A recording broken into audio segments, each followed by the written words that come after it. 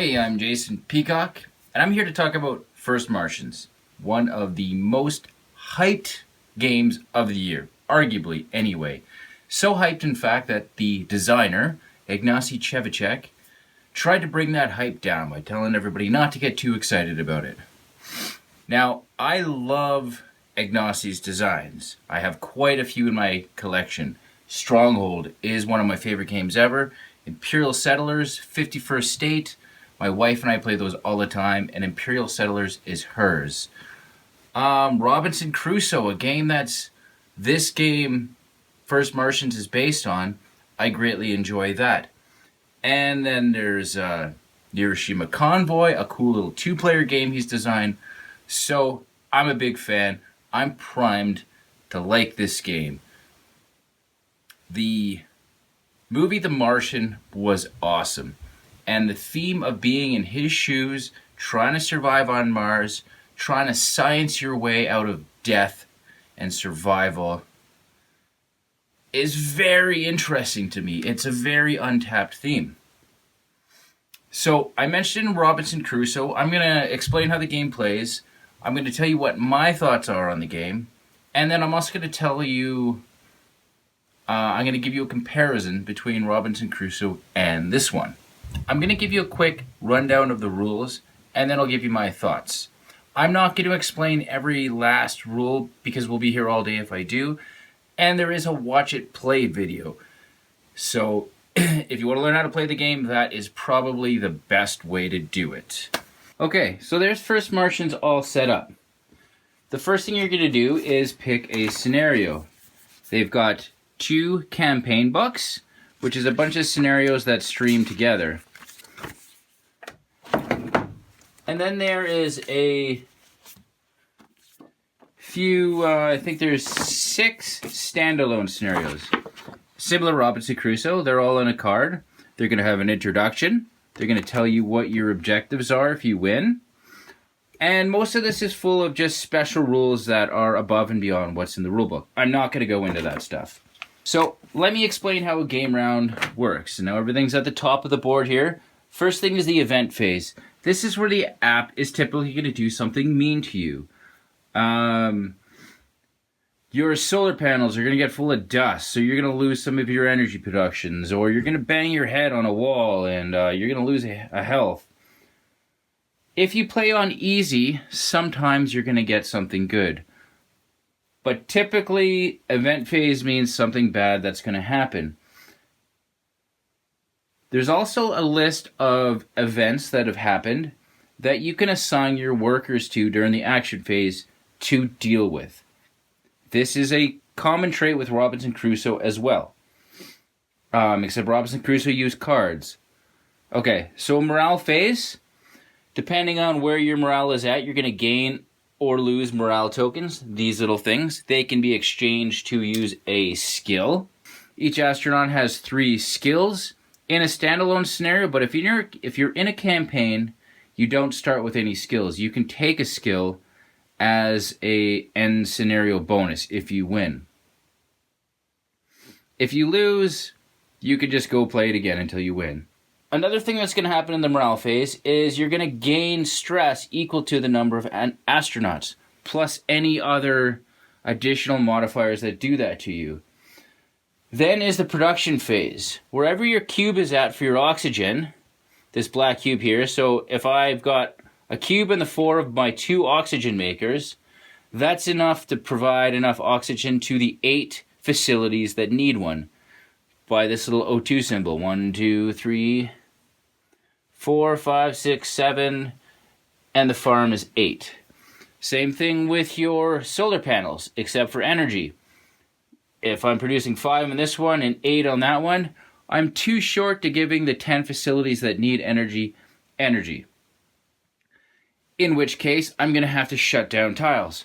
I will grab a tile with the energy symbol, since that's the reason I'm shutting down a facility. I would put that on it. It would add to your stress at the beginning of the round, and that facility is essentially out of the game while it is shut down. There are ways to bring it back online, but while it's shut down, negative things that happen to a facility, you're also protected from. Now, you can't shut down things on purpose, but sometimes it could be great to have things shut down. If you have more than enough energy produced, then your difference would get tracked up here. Now, this stuff here is just for paying extra penalties to use a place. I'll get into that real quick. But you can't use reserve oxygen and energy to power a facility that your solar panels and oxygen aiders will do. Okay, so that's production phase. Then you have the action phase. This is the heart of the game, and this is just like Robinson Crusoe. Each player has 2 pawns, and you're going to do stuff. The list of different actions are... you can deal with one of the event, one of those bad things that's happening. The app will tell you if you need 1 or 2 pawns. Whichever pawn is on top is the one that's going to get any negative effects if the action goes wrong. And just like in Robinson Crusoe, if you can put 2 pawns to something, it's an automatic success. If you put 1 pawn to something, then you've got to roll a set of dice according to the color of the action. You can go to a quiet place. This here just gives you a morale token. You can go to the crew quarters and unwind. This will either raise your morale overall or reduce stress by 6. You can go to the med lab to heal. This place here will bring your malfunctioning track down 1. You just pick a malfunction track, you can move it down 1. I'll explain that in a minute. The garage hall is where you take one of your vehicles and you can drive out to Mars to explore or gather something. But if you gather something, you'll be using this action, the probe bay. Then you have the research lab. This is for planting seeds so that you can start growing your own food and eat. The working bay is where you build, repair, and fix stuff. So if I wanted to fix this red light on the solar panel, I'd put a couple of pawns there. Even though I'm using that building, I put my pawns where I'm building. And I could take a spare part from my cargo here. If I have the matching spare part, get rid of the spare part, turn that red cube to green. After the action phase is done, we've got the malfunction phase. Now, depending on where your cubes are at down here, as the game goes on, these start turning red. If they're red, that means you have to roll a dice. The scenario can also tell you to automatically roll a dice. In this case, I'd roll a dice for all 3 colors. Each dice represents a different block. This here would move my living block up 3. This one would move my orange block. This is the working block. Orange is the living block, so that would move up 1. And my system block would move up 1. Anytime your cube hits the top here, you're going to grab a malfunction card of the matching color. This is just a deck of bad stuff that's going to happen. This is how your stuff gets broken. How your green cubes turn red. So here's an example. A breath of fresh air, a medication, a complication in the med lab. This part is now broken. So in my med lab, the O2 sensor is now broken. So I would take an O2 sensor out, if it was green, and put a red one in. Once the malfunction phase is done and you're done dealing with any of the bad things, you would also take penalties of any red cube in the working block here. This little gear symbol. Actually, the working block thing happens in the production phase. And another thing that happens in production phase is you have to feed your people. 1 food per astronaut. But if you have fully grown plants in your greenhouse, each plant feeds your astronaut once. In the campaign, you start off with just a food supply, and you try and get your seeds planted and growing over the course of the next couple of scenarios. And a few scenarios in, you don't have to worry about your food anymore. That's something that's really cool about the campaign. But that's a really watered down example of a turn. There's a cleanup phase where you put everyone back, and then the app will tell you all these steps as you go. It'll remind you of everything, and you just go back and forth until you die. that was a joke. You go back and forth until you either die or you complete the objectives. So that was First Martians, Adventures on the Red Planet. So let's talk about the rulebook first. This rulebook sucks. For a game that's been in development this long, to have such a crappy rulebook. Now, I guess theoretically, all the information is in there. Now that I know the rules, everything is pretty easy to find. I like reading rules to games. I enjoy it. I can sit down in bed, have a cup of coffee, and read a rulebook. And I enjoy that. This game, I had to read the rulebook twice with the game set up in front of me, and then I had to watch the hour-long Watch It Play It video. And then I had to read the rulebook another time and a half before I got all the moving pieces working. This is a rulebook that's written for someone that already knows the game. I don't know why Portal Games keeps having this problem. Just because you pay Rodney from Watch It Play to do a rules video doesn't give you an excuse to put out a hard to understand rulebook. Being a serious gamer, I can get my head around it if I do enough research.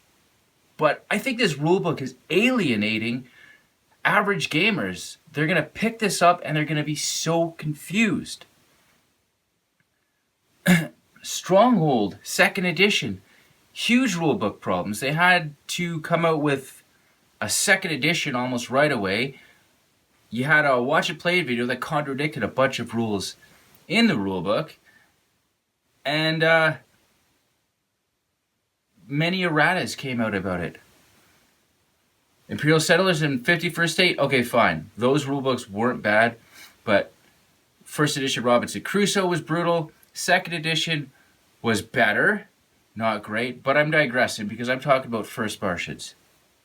Here's the best thing you can do in any rulebook, especially a complicated game. Put an example of a turn. Dedicate a couple pages. Johnny puts his token over here and he does this, etc., etc., etc. Go through an entire turn or two so people can understand how the whole thing comes together instead of just giving you all the moving parts and expecting you to just understand how it goes together. So, thumbs down on the rulebook. It sucks. Maybe there's people out there that are not going to have a problem with that. And I mean, I know Robinson Crusoe rules pretty good. So going into this game, I still had problems with the rulebook. Okay, let's move on. Okay, let's talk about mechanics. Now, it's very similar to Robinson Crusoe. You're putting your cubes on one of the many action spaces. You're building something, fixing something, gathering something. You're going out exploring. You're going to the med bay to heal. You're going to go play video games and relax and bring morale down. But essentially, you're trying to turn red cubes green. This game could have been called Fix the Broken Cubes, because that's essentially what the game feels like to me. Let's just race, try and get something done before too much stuff breaks. Okay, we better go fix this stuff. Alright, we're gonna die if we do anything, so I guess we better go to the med bay. Now, this game is incredibly hard, like Robinson Crusoe, but there is a difficulty setting on the app, which is really nice. Playing on medium was pretty frustrating for the most part. I've played this game about 12 times now, and I enjoy playing on easy just because it's not as frustrating. Some of the events that happen actually give you a good thing. The one ingredient that this game is missing is fun. I had to play this game enough to give it a proper review. I had to play through an entire campaign and a bunch of the single scenarios. The single scenarios are like doing math homework. To me, they're there if you complete both the campaigns and you're looking for more puzzle. There's a story about this game, and ultimately, I don't really care about anything that's going on because the whole process is an exercise in frustration. Everything you do, something bad's gonna happen. You're fixing something just for something else to break. I suppose the game is designed to present you with all these difficult decisions, and you've got to choose the right one to fix. But ultimately, for me, it doesn't equate to any fun at all. The campaign is cool because you're playing through a bunch of scenarios and everything that happens in the previous one is going to transfer over. That is the one real purpose of the app. If you've just played the single scenarios, many people complain about the app. All it does is provide adventure cards, and frankly, I would prefer just to have the deck of cards like in Robinson Crusoe. But you save your game state. You save all of your regions of interest that have been flipped over. Whatever cubes are out on Mars, you actually drag them in the app onto where they left off. Your hit points from the last scenario carry on over. Your broken pieces from the last scenario carry on over. And all of this is recorded in the app. And I think this is the main purpose of the app. I would still have preferred to have actual decks of cards with the adventure because I feel like I'm more involved in the game that way. With the app, I don't equate how one thing leads to a consequence because just the way they're presented. In Robinson Crusoe, you can physically, you're looking at your deck of cards, you go, okay, this bear that I ignored, that card's coming up unless I do something about it. I really appreciate what Ignacio was trying to do, but turning this game into what it is got rid of all of the cool stuff I liked about Robinson Crusoe. Robinson Crusoe, the board was full of different inventions, and many of them were randomized every game. And that was the main source of excitement in Robinson Crusoe, where you're gonna invent a stick, and then you're gonna make a bow, and then you can use that bow to hunt. In this one, you are strictly fixing things that break, and it's not fun. In my humble opinion, to me, I didn't find it fun. Now, this game plays 1 to 4 players, and I'm not a huge solo gamer, but solo was my preferred method of playing because this game is just one big puzzle, and I'd like to think about each thing I did. Otherwise, I think I would just end up being an alpha gamer, and ultimately, everyone's going to collectively choose what's the least worst thing to do. So, not a positive review. I can't recommend this game unless you like all the things that I hate about it. The best thing about being finished this review is that I never have to play this game again. This is definitely going into the sell trade pile, and that's about all I have to say on First Martians Adventures on the Red Planet. I'll see you next time. I'm Jason Peacock. Thanks so much for watching the Dice Tower videos. Find more great videos and reviews, as well as our top-rated audio podcast at Dicetower.com. You can also find other great shows at Dicetowernetwork.com. I'm Eric Summerer, and you've been watching The Dice Tower. The Dice Tower is sponsored by Cool Stuff Inc., where you can find great games for great prices. Cool stuff in stock. Check them out at CoolStuffInc.com.